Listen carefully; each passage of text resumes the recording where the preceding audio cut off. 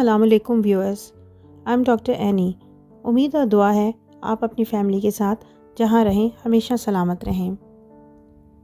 آج کی ویڈیو میں ہم بات کریں گے کہ پریگننسی کے دوران شارٹنس آف بریتھ یعنی سانس کیوں پھولتا ہے۔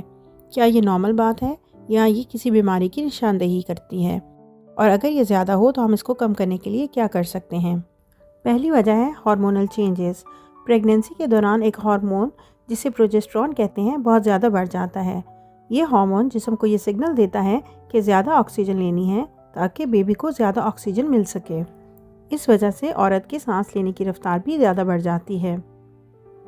دوسری وجہ یہ ہے کہ بیبی کو بھی آکسیجن اور بلڈ سپلائی چاہیے، اس لیے ماں کے لنگز اور ہارٹ کو پہلے سے زیادہ محنت کرنا پڑتی ہے۔ جب باڈی پر یہ ایکسٹرا ڈیمانڈ آتی ہے تو سانس پھولنا شروع ہو جاتا ہے۔ تیسری وجہ یہ ہے کہ سیکنڈ ٹرائمیسٹر یعنی چوتھے سے چھٹے مہینے میں بیبی کا سائز بڑھنے لگتا ہے اور یوٹرس لنگز اور ڈایافرام پر زیادہ دباؤ ڈالتا ہے۔ اس وجہ سے لنگز کو پھیلنے میں مشکل ہوتی ہے اور خاتون کو سانس لینے میں دقت محسوس ہوتی ہے۔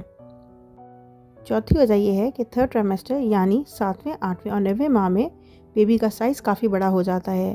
بچے کا وزن لنگز پر اور زیادہ دباؤ ڈالتا ہے جس سے سانس پھولنے کی شکایت بڑھ جاتی ہے۔ پانچویں وجہ کچھ میڈیکل کنڈیشنز بھی ہو سکتی ہیں۔ مثال کے طور پر اگر ماں کو انیمیا یعنی خون کی کمی ہو، یا ایستھما یعنی دمہ ہو، یا پھر ہارٹ ڈیزیز یعنی دل کی بیماری ہو تو اس صورت میں بھی شارٹنس آف بریتھ زیادہ ہو سکتی ہے۔ بہت سے پیشنٹس یہ سوال کرتے ہیں کہ کیا یہ سیریس ہے؟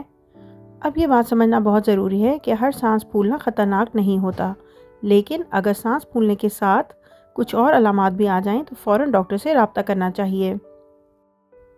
اگر آپ کو سینے میں درد ہو، چکر یا بے ہوشی ہو، ہاتھوں اور پاؤں میں بہت زیادہ سوجن ہو، یا کھانسی کے ساتھ خون آئے، یا آپ کو بہت زیادہ کمزوری محسوس ہو تو یہ سب خطرے کی نشانیاں ہیں اور اس کے لیے فوراً چیک اپ کروانا ضروری ہے۔ اب گھر پر شارٹنس آف بریتھ کو کم کرنے کے لیے کیا علاج کیا جا سکتا ہے؟ سب سے پہلی چیز ہے سلیپنگ پوزیشن۔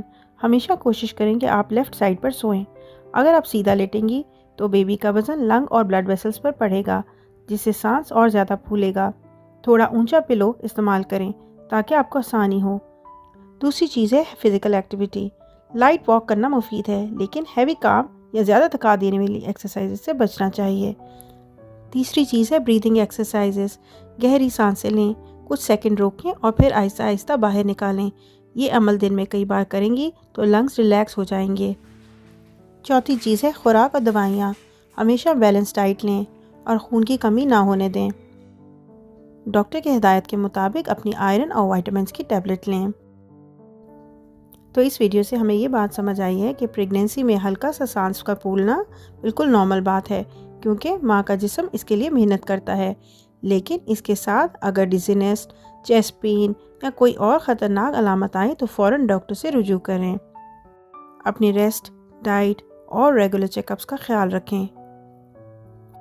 اگر آپ کو یہ ویڈیو پسند آئی ہے تو اسے لائک کریں اور کمنٹ سیکشن میں اپنے رائے کا اظہار ضرور کیجیے۔ خدا پاک آپ کو صحت مند اولاد سے نوازیں۔ دعاؤں میں یاد رکھیے گا۔ شکریہ۔ اللہ حافظ۔